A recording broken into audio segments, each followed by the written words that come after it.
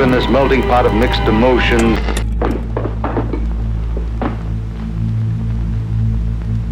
Take it from Crinkles, that's me. The best breakfast under the big top is post-sugar rice cookie. December 24th, 2023. Christmas Eve. A man films himself on Instagram. He speaks directly to the camera, wishing a Merry Christmas to anyone watching who, like him, has no family nearby, no friends to celebrate with, and no money for festivities. Quero desejar Feliz Natal para todo mundo aí, principalmente para as pessoas que, como eu, não vão comemorar e vão passar como se fosse qualquer dia. Então, Feliz Natal solitário para você, Feliz Ano Novo solitário para você também. Estamos juntos. Nós não estamos sozinhos. His name is Paulo Cesar Goulart Siqueira. Online, he's known simply as PC Siqueira. More than 500,000 people follow his account. Over 70,000 of them like the video. 3 days later, something would happen in that same apartment that would reopen wounds the internet thought had long since healed.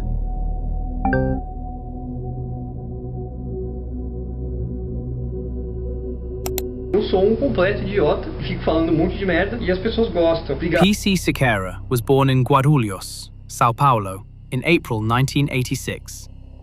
His childhood wasn't easy.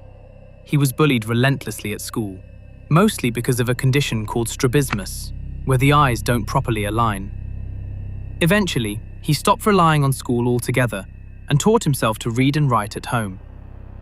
In February 2010, PC launched his YouTube channel, Mas Poxa Vida, which roughly translates to, for goodness sake. Tá filmando. Oi. Oi. Oi. Oi. Essa é a 15ª tentativa de fazer o primeiro post do nosso primeiro vlog. His style was blunt, punchy, opinionated. He spoke about religion, politics, pop culture, social hypocrisy.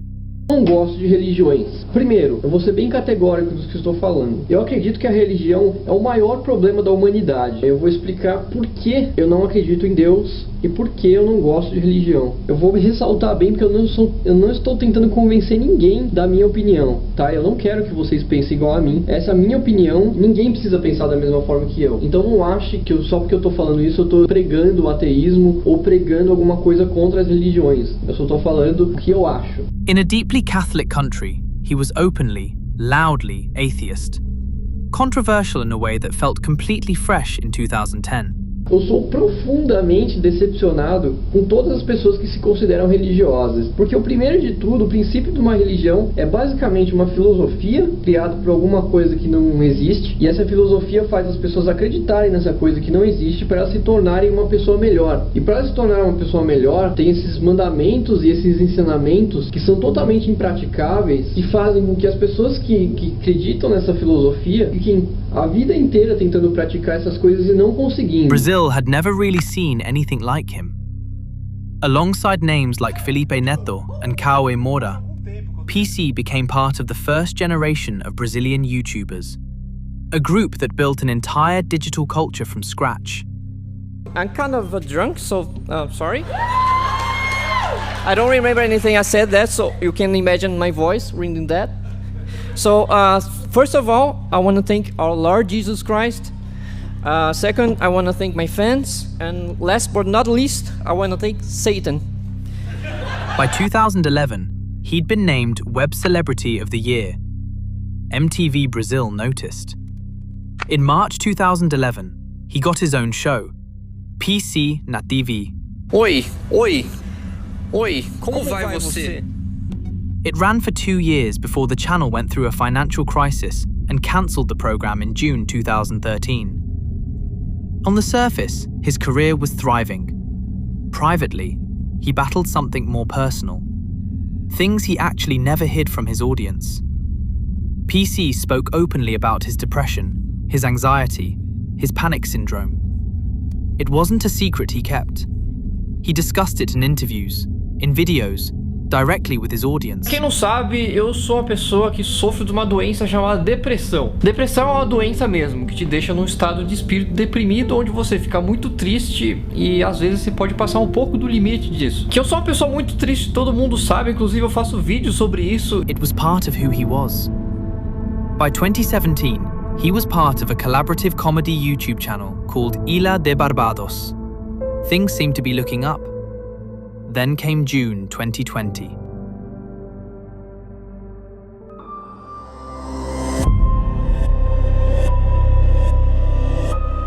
On June 10th, 2020, a Twitter account called Exposed Emo1 posts a video showing what appears to be a screen recording of an Instagram DM, which was later reposted by journalist Erlan Bastos.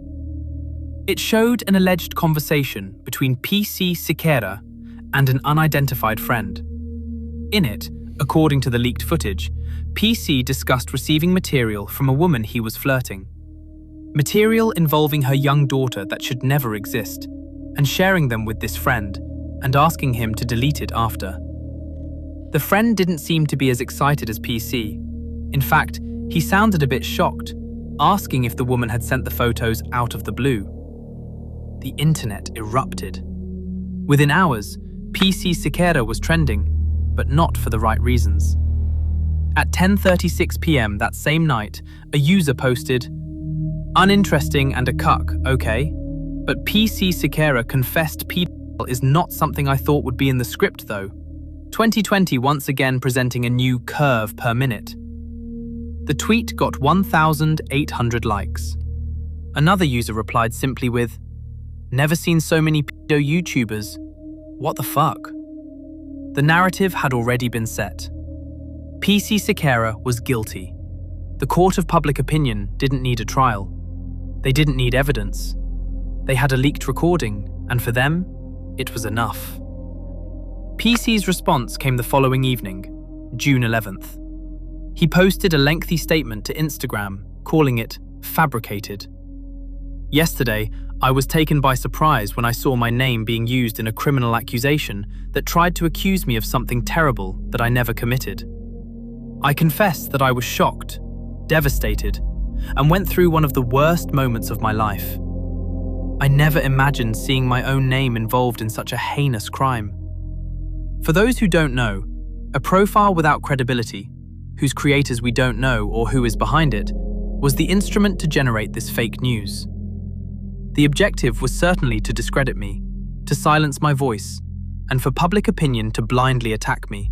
But then something happened that made everything worse. The very next day, June 12th, the same journalist Erlan Bastos published audio recordings. In them, a voice allegedly belonging to PC. Cara, na verdade eu não preciso de ajuda. Eu preciso provavelmente... Eu não preciso de nada, eu preciso provavelmente morrer. É muito pesado, né? Que antes de ontem eu fui acusado de racismo, né?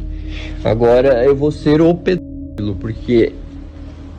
É meio que eu devo ter, né? Um traço disso. Porque eu olhei uma menina e no meio da situação do virtual, aquilo lá foi lá e me deixou... me deixou... Não, eu já falei com o meu psiquiatra sobre isso. A conversa é muito mais complexa do que um expose de Twitter.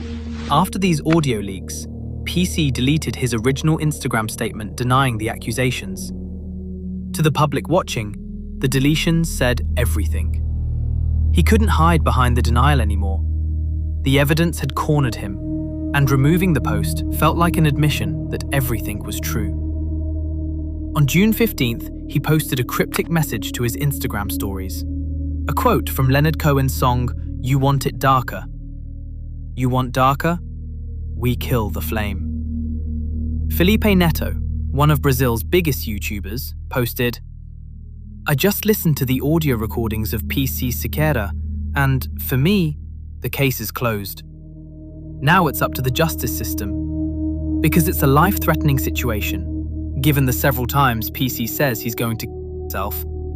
I don't want to discuss this matter further." And on June 16th, 2020, PC deactivated his YouTube channel.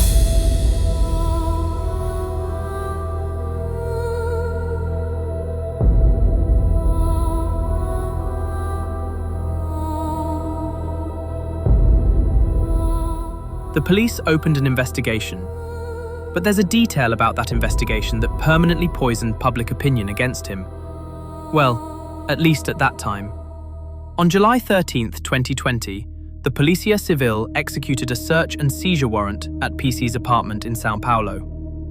They seized his computer, external hard drive, cell phone, video game console, and other electronic devices. The accusations went public on June 10th. The devices were seized on July 13th, over a month later. In the eyes of many people online, that was enough to plant a permanent seed of doubt. The argument was straightforward. If he had nothing to hide, why did it take over a month? And with that much time between the accusations going public and the devices being seized, had there been enough time to delete everything? There are people online who still discuss this case to this day. And this kind of detail is exactly what keeps it alive. On the Brazilian Reddit community, there's a thread from mid-2025 in the subreddit Internet Brazil titled, "To this day, I still think everything that happened with that guy was super creepy and unanswered," sparked a lengthy discussion about the case. The OP laid out their doubts. When all the shit hit the fan in 2020, I never understood why he didn't turn in the woman who exposed the kid. And another thing, the guy confessed something super personal to a random person in an Insta DM. How real or crazy from drugs was that? They then listed what they called unanswered questions that are enough to make an iceberg. Who was the mother anyway? Why did the guy make a video a while later being ironic about everything? We'll get to that in a moment. Who was the nutcase who released that on the exposed profile? Was he aroused watching the kid? Why did the police take so long to go to the apartment to search it, like a month, and nobody said anything about it? What happened to that supposed kid? Is she okay? Still a victim of this situation and her own mother? The comments were divided. Some leaned toward his guilt, others toward a more nuanced view. On February 24th, 2021, the Superintendents of Technical Scientific Police of the São Paulo Public Security Secretariat released their findings. No evidence. Not a single piece. No stored material. No shared material. No conversations about the subject on any device. No relevant searches. The only mention of the word P found anywhere on his devices was in an old chat from between 2008 and 2011. In a messaging app called QQ. In it, PC made the word as what forensic analysts noted appeared to be a joke. Though they also noted, in a second conversation from the same app, that the context was not clearly humorous. Forensically speaking, PC was cleared. But the public had already decided, and no forensic report was going to change that. Alô? É do tapete turco? Então, eu queria cancelar aqueles pedidos que eu fiz, porque estourou meu cartão. Tá, obrigado. Falou.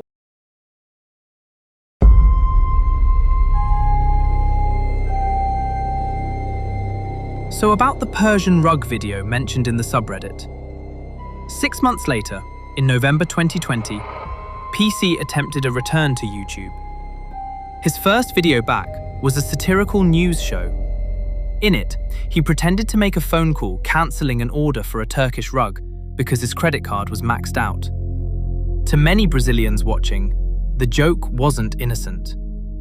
In 2010, the Brazilian Federal Police had conducted a major operation targeting child abuse networks. The operation was called Operation Persian Rug. Whether PC intended the reference or not, the reaction was immediate. People saw it as him mocking the accusations, brazenly joking about the very crime he'd been accused of. The damage was done. If there had been any chance of a comeback, it vanished with that video. PC then began selling sponsored posts on his Instagram for $20. He also started another side hustle. he began working as a tattoo artist. Eu queria mostrar pra vocês uma coisa que eu tô muito empolgada, que é o meu estúdio de tatuagem. Vem ver. Olha que demais. Tá uma pique meio cyberpunk aqui. Então, se quiser marcar uma tatuagem comigo, manda um e-mail pra... He tried to rebuild, but he was carrying the weight of accusations the internet never truly let go of. On December 20th, 2023, PC Sequeira uploads what would be the final video to his channel. The title is Being Single, Self-Love and Avril Lavigne. It's 9 minutes and 11 seconds long. Oi, como vai você? Eu tô mais ou menos. Acabei de terminar um relacionamento de mais de 1 ano. E eu não sei o que fazer. For the next 9 minutes, he talks about grief, about the emptiness of a breakup. He admits his depression has come back. Depressão bateu de novo. É isso. Estamos mais uma vez na luta contra a depressão. He talks about being 37 years old and not knowing how to be alone. He calls his apartment a cage and says he hasn't had the energy to clean it. He also points directly at the camera and asks his followers to leave comments, telling him how to love himself. Deixa aí nos comentários como você acha que é a melhor forma de amar a si mesmo, de começar a se amar. Porque eu preciso, e eu não sei como fazer isso. 37 anos nas costas, não sei como fazer isso. Me ajuda. According to Maria Luisa Watanabe, PC's ex-girlfriend, who had broken up with him a few days earlier, PC had been in a downward spiral since the breakup. On December 26th, she claims he consumed 2 full boxes of Rivotril, a sedative, alongside a large quantity of drugs. The following day, December 27th, she says he was barely coherent. Late that afternoon, she says, he hanged himself in front of her. She tried to intervene, she told police, but he pushed her away. She ran to a neighbor. By the time emergency services arrived, it was too late. The apartment was a mess. Scattered medications, cocaine, empty bottles of alcohol. The Instituto Médico Legal confirmed the cause of death: mechanical asphyxiation by hanging. The inquiry concluded: cause of death? Suicide. Case closed. But not everyone accepted that.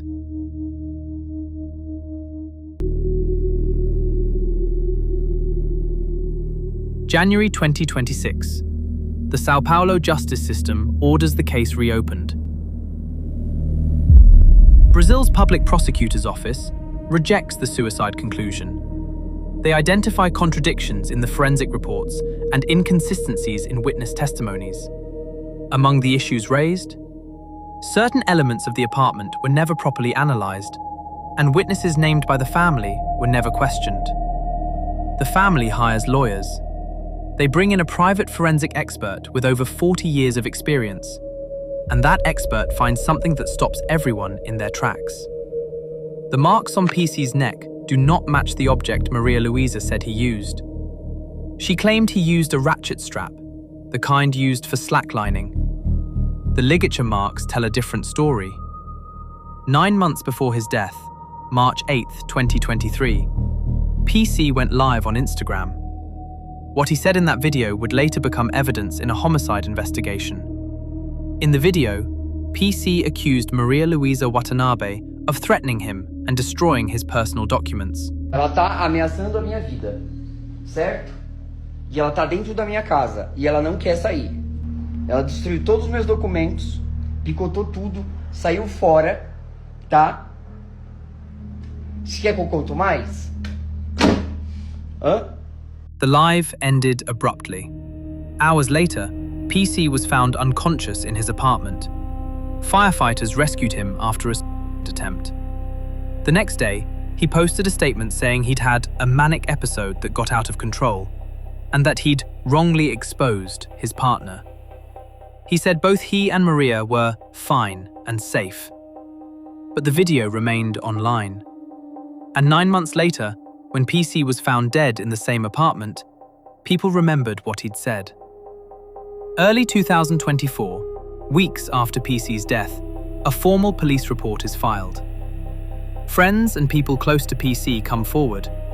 They allege that Maria Luisa Watanabe psychologically abused PC throughout their relationship, that she isolated him from friends and family, that she encouraged his drug use, that she controlled his finances, receiving money in his name, and the most disturbing allegation, that she was secretly dosing him with clonazepam, Rivotril, without his knowledge. Friends tell investigators that PC hated the way Rivotril made him feel. So why, they ask, was there so much of it in his system?